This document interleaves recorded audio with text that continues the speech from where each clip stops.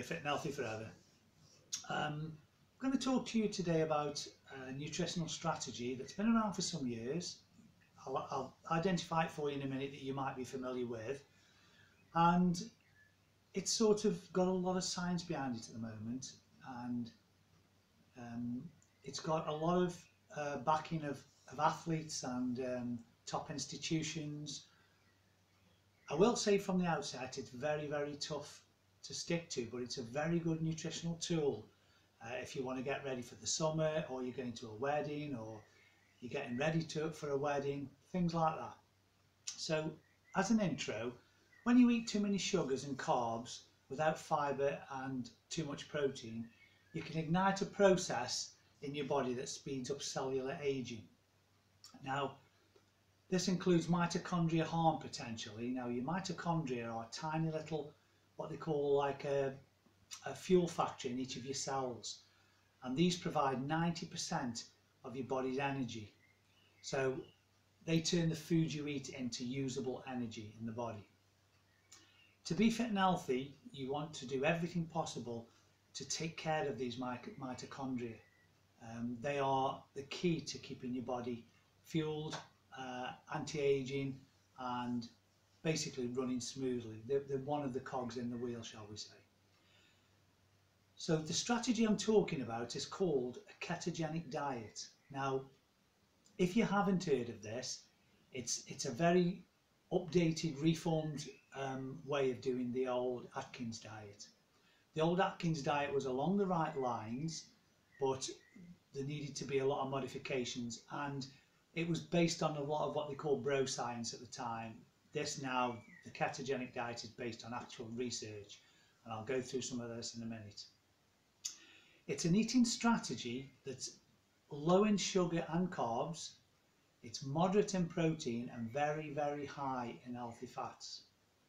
Now, when I say very high, I'm talking 70% of your diet coming from fat, roughly about 20-25 from protein, and 5 or a little over 5% from carbs. Now, I'll go through that in a minute in more detail. This forces your body to reach what they call ketosis. Now, ketosis means that your body is burning fat for fuel instead of carbohydrates. Now, I must stress, your body can only burn fat for fuel in the absence of carbohydrate and sugars. So your carbohydrate and sugar have to be very, very low, and I'll give you the figures in a minute. So there's a problem basically in society with tiredness and fatigue and lethargy and what they call brain fog and chronic stress. Basically, it's just a fact of life. Now, chronic stress releases cortisol, which is a stress hormone. Now, blood sugar rises in response to this and releases insulin. When this continues over long term, so if you're constantly getting stressed and you're releasing insulin and your body's fatigued, and over a long period of time, your cells don't respond to the insulin anymore. When your body secretes insulin, it's to balance out your body from high sugar levels. It shuffles some of that sugar away to keep your body in a certain range so that you don't get too high and you don't get too low. Now, if this continues especially with fatigue and chronic stress over a long period of time, your body won't respond to insulin. You become what we call insulin resistant. Now, you will get massive highs and lows with this, and if you don't have glucose in your body from carbs, your body has to break down muscle tissue to convert into glucose for fuel. That is your body's normal response. Now, another thing to bear in mind, we've all been brought up to eat carbohydrates, your breads, your rice, your pastas, your cereals, your oatmeal, your potatoes, all those things. We've been brought up on it. We thought that was the way to fuel your body. And in certain circumstances it can be. But for the normal everyday person, I would suggest it's not. It's not. Now, if I can give you this nutritional strategy that keeps blood sugars stable, stops cravings for sugar, improves brain clarity and focus, I'm sure you'd all be interested. But I'm going to stress now, it is not easy to stay with. I've done it now for between 12 and 18 months, and you have to be meticulous. But I'm not suggesting you do that. if you find it tough, but you can use it as a tool. All these nutritional strategies are tools in the box to help you to get where you want to go. So as I say, if you've got a holiday coming in several months, or you've got a wedding or a party or something along them lines, then it's a great tool to use, but you will test your resolve. Okay. The solution is called ketones. Now, when your body's in ketosis, your body is burning ketones for fuel instead of sugar from carbohydrates. Now, there's a transitional period with this, which I'll go through in a minute. It's very low carb. Your carbs need to be below 50 grams a day. Now, that, I don't know whether that sounds a lot to you or not, but it is very, very low. Your net carbs, which is the total carbs minus your fibre, net carbs, you probably need to try and keep well below 40, below 30 if you can. Mine are usually around the 25 to 30 mark. Now, the best way, or the surest way of getting into ketosis is starting with intermittent fasting. Now, I've done a video on intermittent fasting. It's very, very easy to introduce into your daily life. If you go and watch that video, you'll find it very simple to do, and you will get good results from that. But you can transition from that much easier into ketosis or the ketogenic diet. So, stressing again, ketones can only be used for fuel in the absence of glucose. So if you are eating carbohydrates or sugars of any kind other than fibrous, which are vegetables and salads, then your body won't go into ketosis. That's just plain fact. So most people never use ketones because they never run out of glucose. So as I say, we've all been brought up to eat glucose and carbs, so that in that case you've never used ketones. So ketones are made by the body in the liver from stored fat or ingested fat. So they can only be made from fat, ketones. So any fat you're carrying or that you eat, that's what your body's going to use, those, make them into ketones in your liver, and they will provide your brain and your vital organs and your energy for the day, every day. So the fat burning is proved to be 2.2 times more than calorie restriction.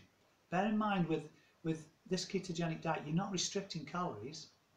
I'm still eating at well over 3,000 calories a day to maintain my body weight. Now, you try doing that with clean food and it's almost impossible. But you think to yourself that when I tell you in a minute the foods you can eat on this, if you're a little bit creative, sounds like a dream. But it's not as easy as it sounds, believe me. So, it doesn't cause hunger. So your mental focus and clarity, it's much improved focus and your brain thrives on ketones. It would prefer them to glucose. It's just that from day one, as a child, you've always been brought up on carbohydrates and glucose because we didn't know any different. Then Mr. Atkins came along with his diet and people thought he was cuckoo, and he was on the right track. He wasn't there, but he was on the right track. Now if you go on the internet or YouTube and type in ketogenic diet, there are dozens and dozens of studies, and there's not one study that says that it's not good for you. They've used it for years, over 60 years, for people with epilepsy. So that's how good I believe it is. Now, cancer cells can only survive on glucose. This is, again, they're coming out with these studies that are proving this. So if you take the glucose, which is the carbohydrates, out of your diet virtually completely, you've got much less chance of getting cancer. And if you'd already got cancer, you take the glucose out, and what they're saying is it starves, because your cancer tumours can't survive on ketones. They can only survive on glucose. So you take that glucose away and you're effectively killing the tumours. And again, there's lots of studies being done on this, and they're all pointing in the same direction.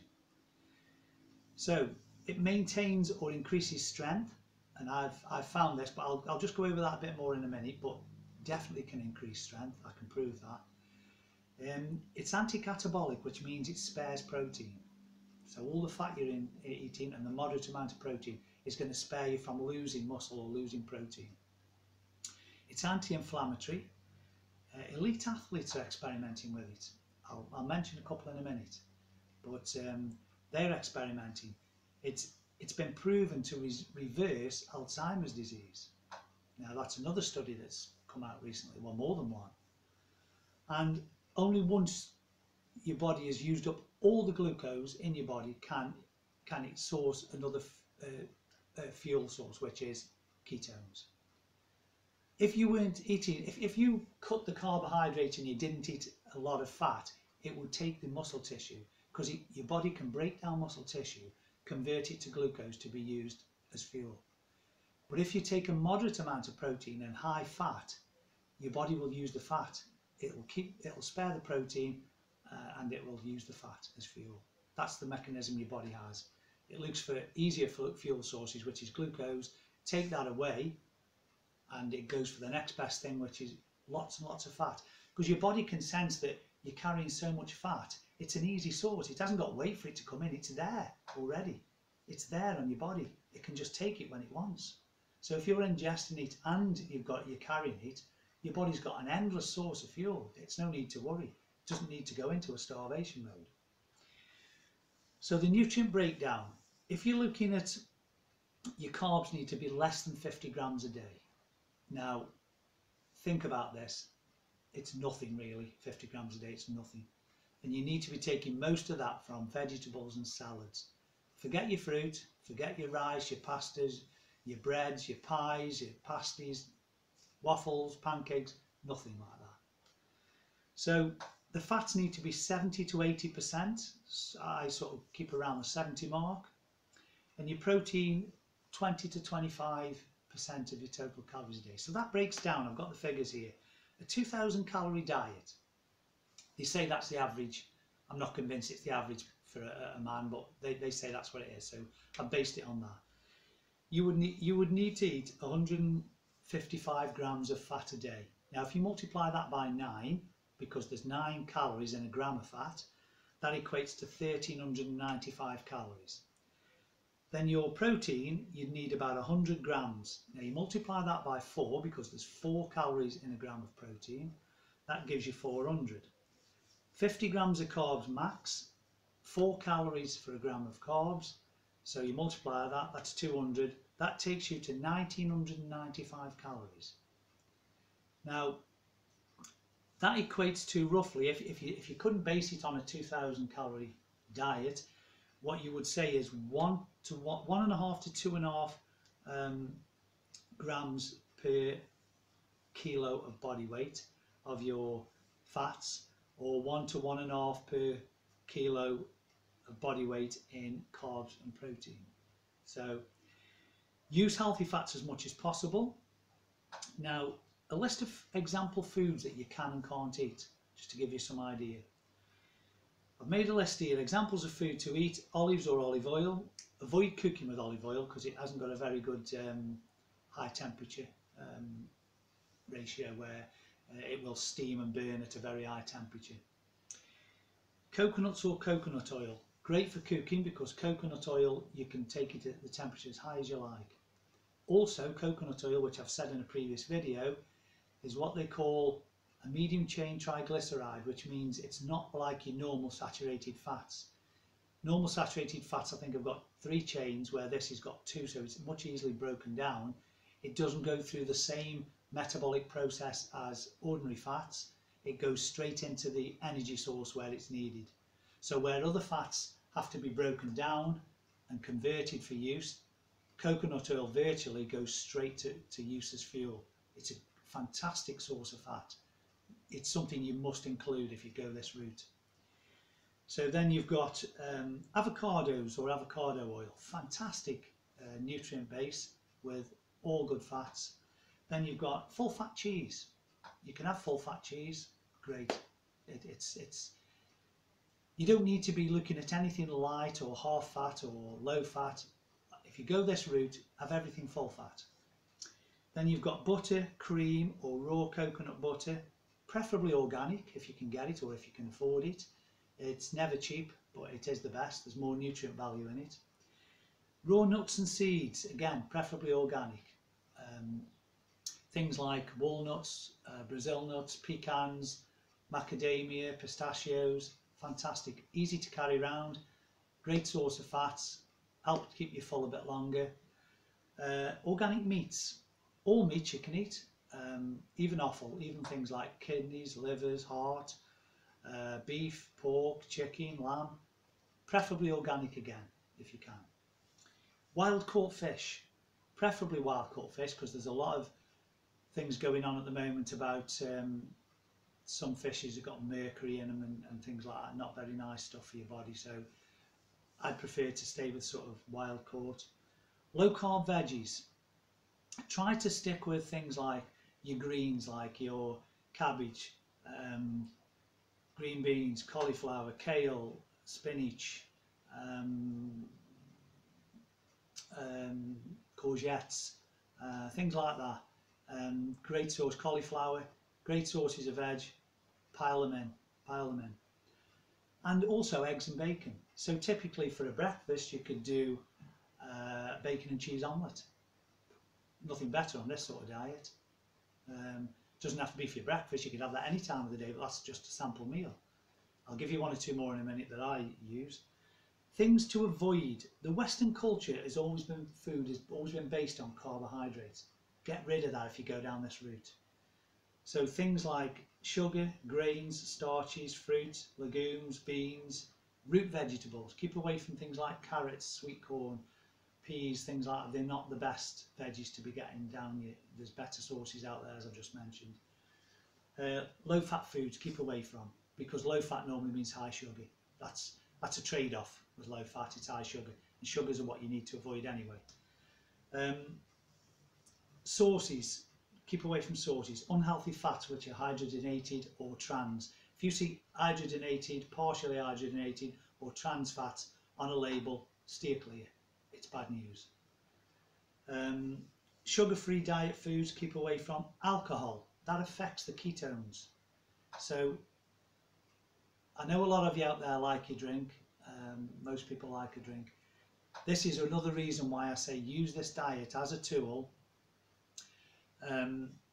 for a short period of time. I've been able to stay on it, but the beauty is I don't drink, never have.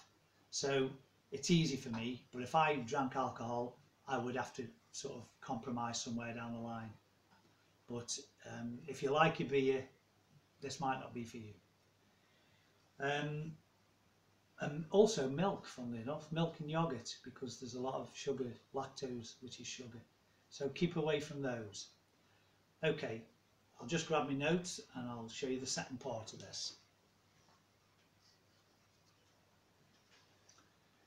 So the best way then to get into ketosis, as I said earlier, is intermittent fasting. Now, once you're what they call fat adapted, which is many weeks down the line, you become what they call fat adapted. You could have days where you put carbohydrates in.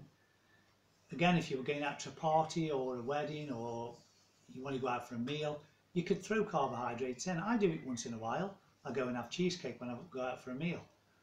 And you will get back into ketosis. If you get right back on track the following day, you within 24 hours you'll be back into ketosis. But if you start banging carbs in 3-4 days, it could take you 2-3 weeks to get back into ketosis. So don't abuse this. You've got to be meticulous. Some of the signs that you're in ketosis, and I don't want this to put you off, but I didn't get any of these at first. You can get what's called acetone breath. That fades within the first week or so. It's almost like a bad breath. You'll get a bit more mental clarity. So you might find that mentally you're sort of more alert than you were. Weight loss or fat loss, very quickly, because as soon as you eliminate carbohydrates, you're going to drop a sizable amount of weight in the first week, because carbohydrates carry a lot of water with them. So once you start dropping carbs out, you'll lose water weight at first. That's not going to carry on. You will start to lose fat. Increased ketones in your blood or your urine. Now you can buy ketone strips which you can pee on, and they will turn a colour and tell you if you're in ketosis. It's normally between 0.5 and 0.8 millimoles per litre of blood that you're in ketosis. Appetite suppression, you'll feel that with eating a lot of fat you're more satiated, you don't want to eat as often as you normally would. When you're eating a lot of sugars, you get highs in your blood glucose levels, and then you get crashes and you need carbs again to take you back, and then you go down again. You don't get any of that in this strategy. You're constantly having a constant energy source all the time. Increased energy and focus you'll see is the next thing. The keto adaptation period, now you'll get short-term fatigue at first. You'll get what's called a keto flu or brain fog. It's like you've almost got like a headache and your brain is sort of like a bit fuzzy. But it doesn't last long. In fact, I got it for a day, I think, but it can last a week or so. So be careful of that. It subsides, like I say, after a week or so, but I got it barely a day. But I think that was because I was doing intermittent fasting first and then just transitioned into ketosis. The other thing, this is ideal for vegans as well. So anybody who's a vegan out there, you can still do ketogenic diet. There's a company called MRM who do a veggie elite performance protein. So to get your protein in, you can use that. I've not priced it up, so I don't know how expensive it is. There's also something that you could use first thing in the morning they call it bulletproof coffee.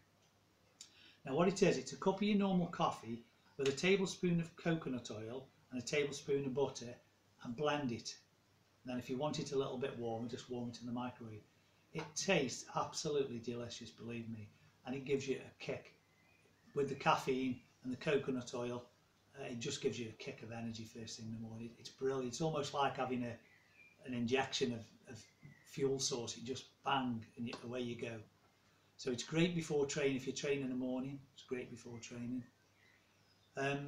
Keto flu, brain fog, is basically caused by 3 primary electrolyte deficiencies. So sodium, potassium and magnesium. You'll find yourself deficient in them and get brain fog. Now if you eat a lot of avocados, nuts, greens, or you take those 3 in a supplement form, sodium, potassium, magnesium, I think that's the reason I didn't get the brain fog, or I got it barely for less than a day, is because those are the sort of things I eat. A lot of nuts, I eat greens twice a day, and I eat avocados at least once every other day, perhaps every day sometimes. So if you're eating those sort of things, it will lessen, I believe, the fact that you might get the keto flu. One thing to stress, if you're on any sort of medication, speak to your GP first. Your GP should be familiar. There's a GP in Sheffield who's recently done it. It was on one of the, I think it was a Panorama program. He's done it on himself, and then he was so impressed he started putting his clients on it, his patients coming in, and every single one of them that was interviewed on this program just felt better, felt loads better, was losing weight hand over fist, and they were never hungry, because you don't have to reduce calories. You have to bear in mind with traditional diets, whether it's Slimming World, Weight Watchers, whatever diet to me indicates that you have to restrict calories. That's the first thing you think. I'm getting on a diet, I must cut calories. If you cut calories on a calorie restricted diet, one day you have to go back up to eating normal. You can't sustain calorie restriction forever. It's just, your body can't do it, it's impossible. It'll put you to a state where you're craving food so much, you'll eat whatever's there. So when it's been proven, when people go on massive calorie restricted diets, they lose weight. Of course they do. It's not muscle they're losing. You can only lose 1 to 2 pounds of muscle tissue a week. Your body can't metabolize more than that. Unless you're extremely obese, then you could possibly lose a bit more. But generally you can only lose. So people say, oh, I've lost 7 pounds this week. Or no, it's not fat.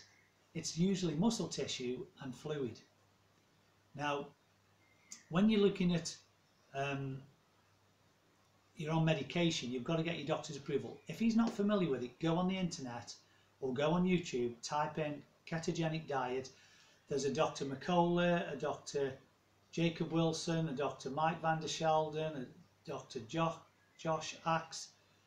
they all recommend it. They run wellness clinics, most of them in America, and it's one of the things they do all the time with their clients, because especially if they come in with things like diabetes and cancers. And diabetes basically is insulin's not removing the sugar out of your system, in a nutshell, in its simplistic form.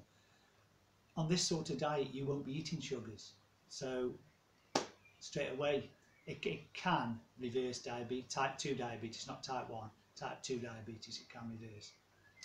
So when we're looking at things like diabetes and cancers, I found some interesting figures. If you think there's been massive technical advances in cancer cures or cancer,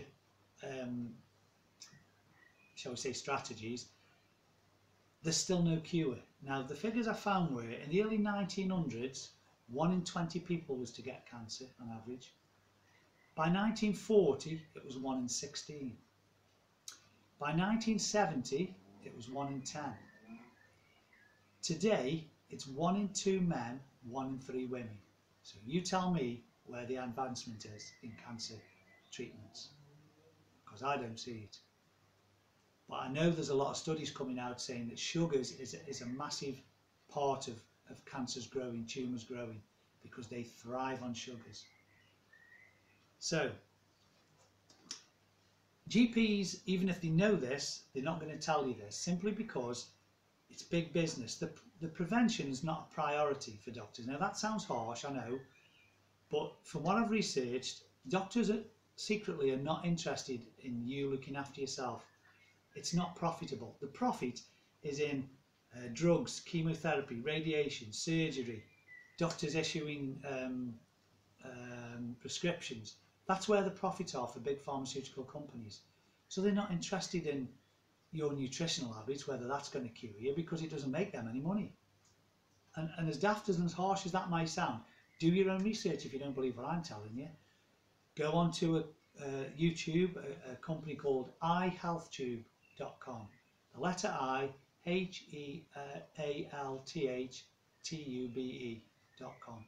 You will find so much information on there.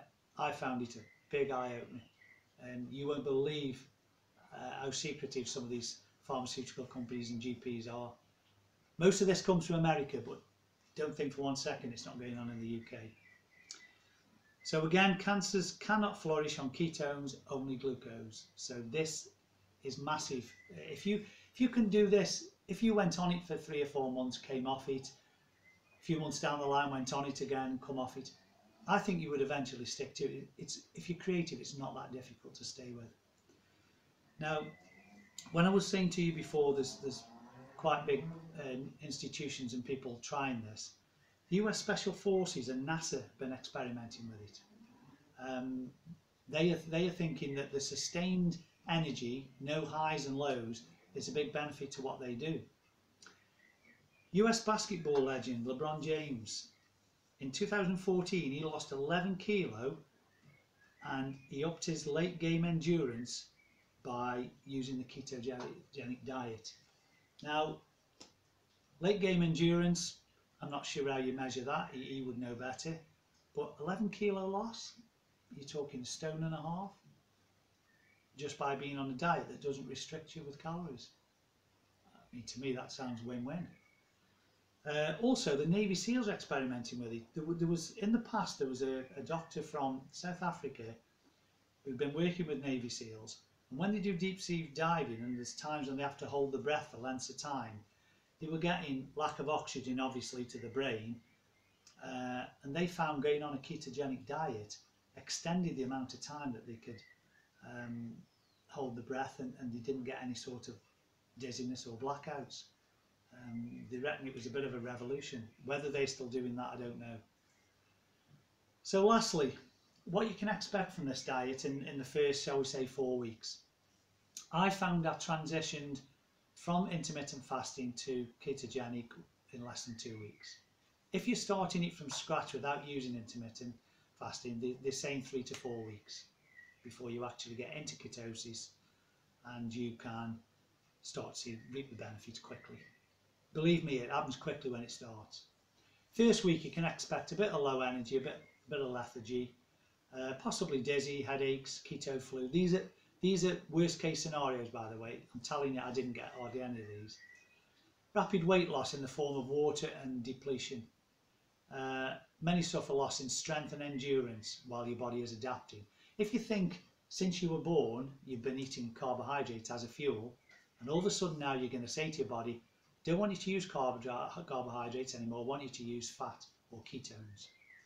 Your body's got to transition over. As soon as you cut out the carbohydrate, your body has to look for another source, as I said earlier. The best source next for your body is fat, because everybody carries a certain amount of fat. Even if you think standing there you look lean, you carry a certain amount of fat to protect vital organs. Now your body can dip into that anytime it likes, but if you're ingesting fat as well, it's going to take both. And depending on how active you are is how much fat your body's going to need. So you can tweak this to suit your activity levels. The second week, your body's still adapting, but it's starting to come to terms with it now. You might find your strength and energy is coming back. Any glycogen depleted from the body is pretty much gone now, and your body needs an alternative fuel source. It starts to produce ketones, because your body's survival mechanism says if there's no glucose there to use as energy and protect your body, your first thing your body wants to do is survive. So it will protect heart, lungs, liver, kidney. So it needs fuel to protect those. It will go and look for another fuel source. If there was no fat there, it would take protein. It would cannibalize your muscle tissue to convert to glucose. If you take a moderate amount of protein in and you're ingesting fat and you're carrying some fat, your body will take that. Your body can see that that is an endless fuel source. So it's going to take that because it's sitting there. It hasn't got to wait for it to be ingested. You've got a certain amount in your body already, and you're going to be ingesting it anyway. So your body again is on a win-win. By the third and fourth weeks, you should be, if you've kept your carbs constantly low and you haven't faltered, you should be in ketosis.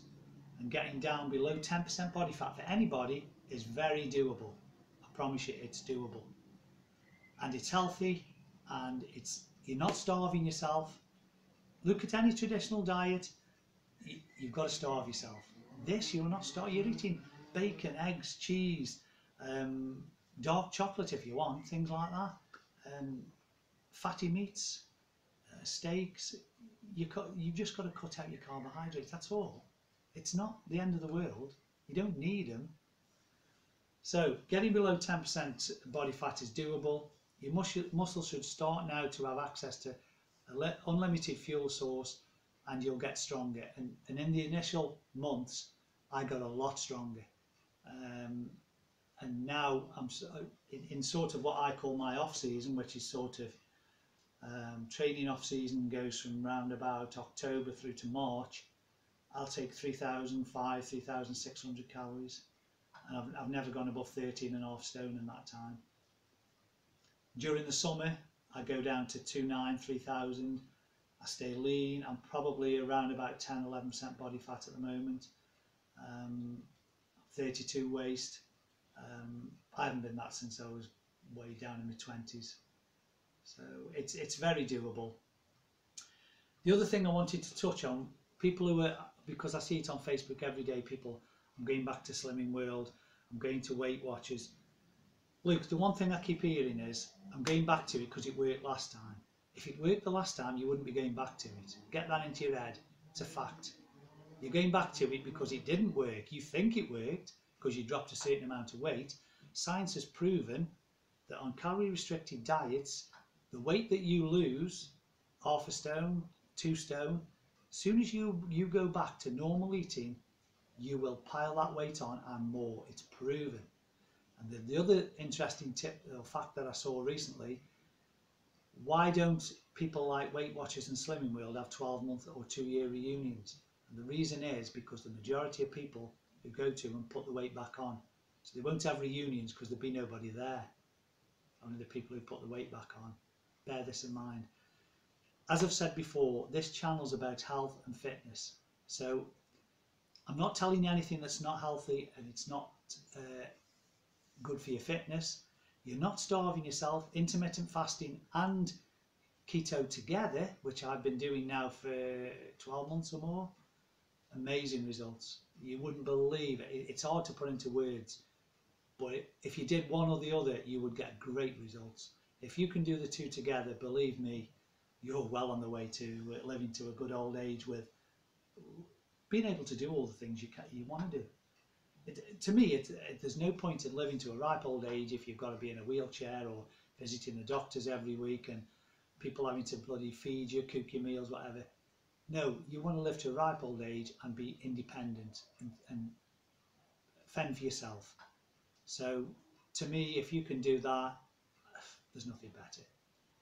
So as always, stay fit and healthy forever. Make sure you just, at least, don't take my word for it. Go on the internet, go on YouTube, type in intermittent fasting or ketogenic diet, do your own research. And as I've said before, if you want to come back to me and say, what you were telling us is bullshit, then prove it to me, because I've done a lot of research on this, and this is the way forward for me, because they're surmising the ketogenic diet already proven to reverse Alzheimer's and it stops epilepsy fits. There's now saying it could help with diabetes and cancers and lots of other ailments. So why people are just not taking notice of this is way beyond me, because your health should matter. It should matter a lot. If you've got kids, grandkids, a wife, a husband, surely you want to live to a ripe old age together. Well, this is going to keep you healthy, fit, healthy, energetic, being able to do all the things you should be doing, not just because I could do that in my 20s, now I'm 50 or 60, I can't do that anymore. That shouldn't be a fact of life. That should never be a consideration. The only thing you can't do is what you tell yourself you can't do, within reason. So, as I say, rant over, stay fit and healthy forever. If you like what's on here, like and subscribe, tell your friends. If you don't like it, tell me why. Prove to me that I'm wrong, or prove to me that this doesn't work. But I know it works. I've got friends and family who've been on it and still on it. So I know it works.